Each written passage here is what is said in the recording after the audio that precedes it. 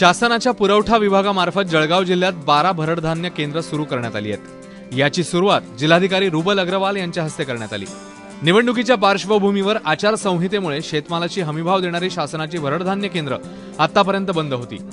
शेतकऱ्यांच्या मागणीनंतर ही केंद्र पुन्हा सुरू करण्यात आली आहेत। ज्वारी, बाजरी, मका या शेतमालाची शासनाच्या हमीभावाप्रमाणे इथे खरेदी केली जाणार आहे। आजपासून जिल्ह्यामध्ये 12 ठिकाणी आम्ही आपले खरेदी केंद्र सुरू केलेले आहे। भरडधान्य खरेदी केंद्र सुरू केलेलं आहे। ट्रायबल भागात 3 और बाकी आपले दूसरे सर्व ग्रामीण भागात और जिथे आचारसंहिता नाही आहे तिथे आम्ही 12 केंद्र आज जिल्ह्यामध्ये सुरू केलेलं आहे। 29ला जसं आपले 13 नगरपालिकाची आचारसंहिता संपले, प्रत्येक तालुका स्तरचे 15 आपले भरडधान्य केंद्र आणखी आम्ही सुरू करू।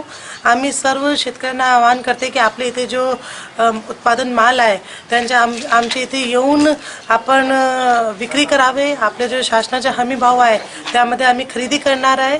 और ज्या शेतकऱ्यांचे अकाउंट नॅशनलाइज बँकमध्ये नाही आहे त्यांचे आम्ही अकाउंट उघडण्याचे पण इथे स्टॉल ठेवलेला आहे। त्यांना फक्त त्यांचे 2 फोटो और एक आयडी प्रूफ घेऊन यायचे आहे। भरडधान्य केंद्राबरोबरच जळगावमध्ये बँकेत शून्य रकमेवर खातं उघडण्याची सुविधा उपलब्ध करून देण्यात आली आहे। जिल्ह्यातील 109 ठिकाणी ही सुविधा असेल। भरडधान्य केंद्रात धान्याच्या विक्रीनंतर त्याचे पैसे याच खात्यात जमा केले जाणार आहेत। ब्युरो रिपोर्ट, एबीपी माझा।